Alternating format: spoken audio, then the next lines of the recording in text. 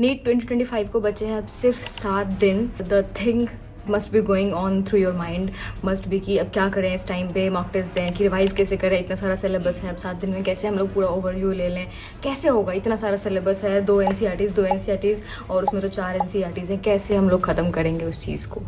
So hello everyone, I am Kajal and I am a second year MBBS student. तो यहाँ पे basically मैं तुम्हें गाइड करने आई हूँ कि लास्ट के 7 डेज़ को तुम कैसे बेस्ट तरीके से यूटिलाइज कर सकते हो ताकि तुम्हारा जिस भी लेवल पे अभी तुम्हारा परफॉर्मेंस है, तुम्हारा प्रिपरेशन है, वो स्काई रॉकेट हो जाए और तुमने जितना पढ़ा है उसको तुम कम से कम एक बार रिवाइज करके एग्जामिनेशन हॉल में, अगर तुमने जितना पढ़ा है उसको एक बार भी अगर तुम रिवाइज करके अच्छे से जाते हो एग्जाम देने तो तुम अपना अच्छा खासा स्कोर बूस्ट कर लोगे। लाइक 100 मार्क्स तक तुम बूस्ट कर सकते हो उस चीज से, सिर्फ रिविजन से। अभी तुम्हारे लिए सबसे ज्यादा कोई चीज अगर इंपॉर्टेंट है तो वो है revision, revision and only revision. How to revise the entire NEET syllabus जो कि बहुत ज़्यादा वास्ट है इन द लास्ट 7 डेज। ये जो स्ट्रैटेजी है हम लोग अभी से लेकर के लगभग 6 to 7 डेज में सारा का सारा सिलेबस रिवाइज कर लें। तो चलो स्टार्ट करते हैं वीडियो को। जो मैंने खुद एक्सपीरियंस किया था, जो मैंने खुद अपने लिए यूज़ किया था और जो मेरे लिए वर्कआउट किया था, मैं तुम्हें बस वही बताने वाली हूँ इस वीडियो में। चलो सबसे पहले हम लोग बात कर लेते हैं फिजिक्स की, क्योंकि फिजिक्स जो है it is one of the thing जो कि लोगों को परेशान करता है, नीट वाले लोगों को। मेरे टाइम पे तो मेरे को फिजिक्स बिल्कुल भी नहीं पसंद था। फिजिक्स में तुमने जो फॉर्मूला शीट बनाया है या फिर तुमने जो शॉर्ट नोट्स बनाया है, सबसे पहली बात वो तुम्हारे लिए अभी रामबाण है। लास्ट में वो तुम्हारा पूरा का पूरा प्रिपरेशन गेम चेंज कर सकता है। देखो बहुत बार ऐसा होता है ना कि एग्जामिनेशन हॉल में तुम्हें वो क्वेश्चन लग रहा है कि भाई ये तो मेरे से बन जाएगा, या मॉक टेस्ट में भी बहुत बार तुम्हारे साथ हुआ होगा कि लगेगा कि अरे ये क्वेश्चन तो ईजी है, ये तो मैंने बनाया भी है पहले, लेकिन तुम फॉर्मूला भूल जाते हो। तो the most important thing in physics is formula. अगर तुम फॉर्मूला बहुत अच्छे से कर लेते हो तो तुम बहुत सारे ऐसे क्वेश्चन आते हैं जो कि बस फॉर्मूला बेस्ड होते हैं, तो तुम अपना स्कोर बहुत इंप्रूव कर लोगे फिजिक्स में। ऐसे ही फॉर्मूला सीट तुम्हें एकदम घोल के पी जाना है। अभी जितना भी टाइम बचा है तुमने ऑलरेडी पढ़ा होगा फॉर्मूला शीट, पहली बार तो तुम नहीं पढ़ रहे होगे।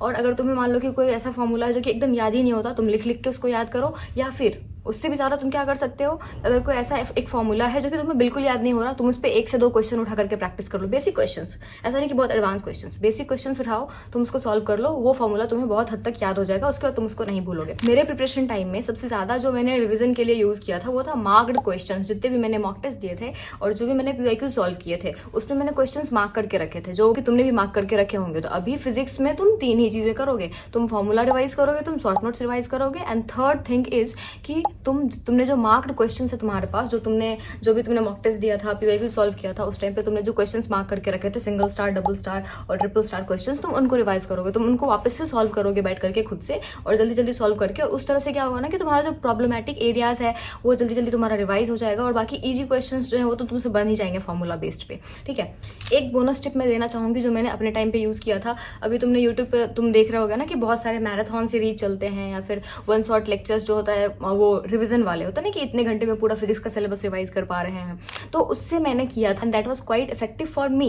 तो 1-2 यूनिट के लिए तुम करके देख लो, अगर तुम्हारे इफेक्टिव है तो तुम उसको कंटिन्यू करो, नहीं तो फिर तुम उसको छोड़ दो। जैसे तुम रिवाइज कर रहे हो वैसे तुम करो, बट आई थिंक अगर वो तुम्हारे लिए इफेक्टिव हुआ तो तुम काफी हद तक इंप्रूव कर जाओगे। और जो क्वेश्चंस करा रहे हैं टीचर्स उसमें, वो तुम ये नहीं करोगे कि वो जो करा रहे हैं हम बस देख रहे हैं, नहीं, तुम्हें उसे खुद से सॉल्व करना है। तुम्हें फॉर्मूला याद है, तुम देखोगे, मतलब बेसिकली तुम्हारा मोटो ही होना चाहिए मैराथन सीरीज का क्वेश्चन प्रैक्टिस। वहां पे तुम बैठोगे, वो क्वेश्चंस कराएंगे बेसिक से एडवांस तक, और तुम्हें कॉन्सेप्ट पता है, ऑलरेडी तुमने सिलेबस खत्म किया है, तुम्हें कॉन्सेप्ट पता है, और तुम बैठ करके खुद से सॉल्व करोगे। और जैसे जैसे क्वेश्चन सॉल्व होगा ना, तुम्हें कॉन्फिडेंस भी आएगा कि अरे क्वेश्चन मेरे से बन रहे हैं। ठीक है, और नहीं अगर बन रहे हैं तो तुम वहां से कुछ ना कुछ सीख भी जाओगे।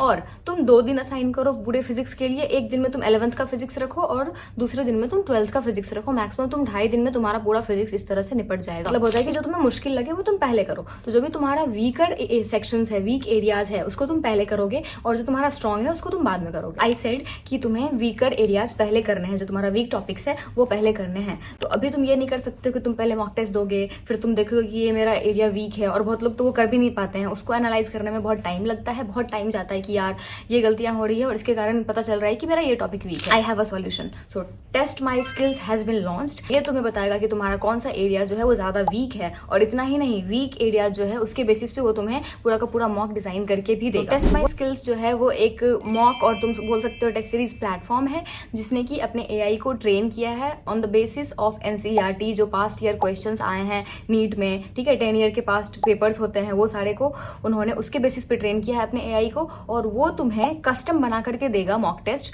ऑन द बेसिस ऑफ, जैसे मान लो कि तुमने एक कोई मॉक टेस्ट दिया, ठीक है, मॉक टेस्ट दिया तुमने और उसमें तुम्हारा जो क्वेश्चंस गलत हुआ उसको वो एनालाइज करेगा और वो देखेगा कि तुम्हारा ये पॉइंट वीक रह गया है, और जब तुम अगला मॉक टेस्ट अटेम्प्ट करोगे तो जो तुम्हारा वीक एरियाज है ना उसमें से वो क्वेश्चंस ज्यादा देंगे उसमें, ताकि तुम्हारा वीक एरिया जो है वो स्ट्रांग हो जाएगा। मोस्ट इंपॉर्टेंट थिंग कि तुम्हारा टाइम बचाएगा, कि हाँ मेरे को खुद से एनालाइज नहीं करना पड़ रहा है कि मेरा वीक एरिया कौन सा है। पहली बात टाइम बचाएगा, दूसरी बात कि तुम्हारा वीक एरिया जो है उसके ऊपर तुम्हें ज्यादा प्रैक्टिस कराएगा, ठीक है। तो लास्ट के एक वीक में it can be a game changer platform. There is no limit, तुम अनलिमिटेड मॉक टेस्ट वहां पे अटेम्प्ट कर सकते हो। नीट का जो एक्यूरेसी लेवल है, नीट का जो डिफिकल्टी लेवल है, उस पैटर्न का ही तुम्हें क्वेश्चंस मिलेगा। उन्होंने बहुत क्रिएटिवली ये पूरा का पूरा सिस्टम डिजाइन किया है। ये तुम्हारे लिए एनालाइज करके देगा, या तुम्हारे लिए वीक सेक्शंस के बेसिस पे मॉक वहां पे बना करके देगा, ठीक है। उसको तुम सॉल्व करोगे, ये तुम्हें फुल्ली एकदम इन पॉइंट घुस के तुम्हें सॉल्यूशन प्रोवाइड करेगा वहां पर। तुम्हारा काम क्या है, बस तुम अपना दिमाग अटेंटिव रखो और इस प्लेटफॉर्म पे जाकर के तुम मॉक टेस्ट दो, बाकी सारा काम ये टूल कर देगा। और क्या चाहिए तुम्हें मॉक के लिए? आई विश कि मेरे टाइम पे ऐसा कोई प्लेटफॉर्म होता जो कि एकदम गेम चेंजर होता मेरे नीट प्रिपरेशन के लिए,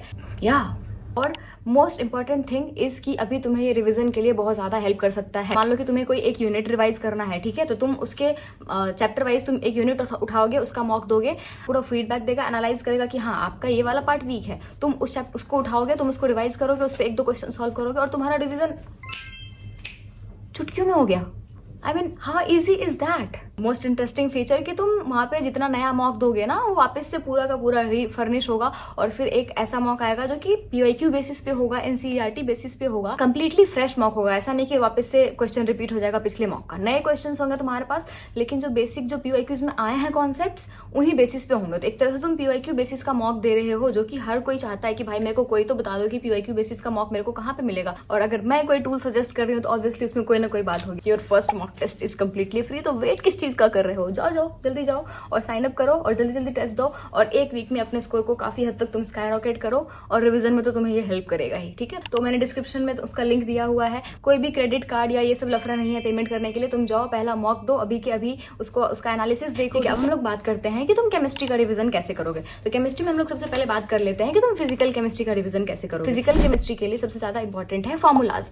बेसिक क्वेश्चन आते हैं, फॉर्मूला बेस्ड क्वेश्चन आते हैं, कुछ कुछ कंसेप्चुअल क्वेश्चन आते हैं, बट मैक्सिमम जो है वो आते हैं फॉर्मूला बेस्ड क्वेश्चंस। तो तुमने ऑब्वियसली शॉर्ट नोट्स बनाया होगा फिजिकल केमिस्ट्री का, तुम उसको उठाओगे और एकदम तुम उसको घोल के पी जाओगे। कि जो भी पूरे साल तुमने प्रिपरेशन किया है उस टाइम पे जो भी तुमने क्वेश्चंस को मार्क किया है कि हाँ मेरे को ये लास्ट में रिवाइज करके ही जाना है, उसको तुम रिवाइज करोगे और वहां से तुम्हारा मैक्सिमम रिवीजन होगा। अगर कोई यूनिट है जो कि तुम्हारा एकदम वीक रह गया है, तुम महा मैराथन देख लो, ठीक है, उसके साथ तुम्हारा क्या होगा कि क्वेश्चन प्रैक्टिस हो जाएगा और तुम्हारा थोड़ा सा कॉन्फिडेंस भी बूस्ट होगा।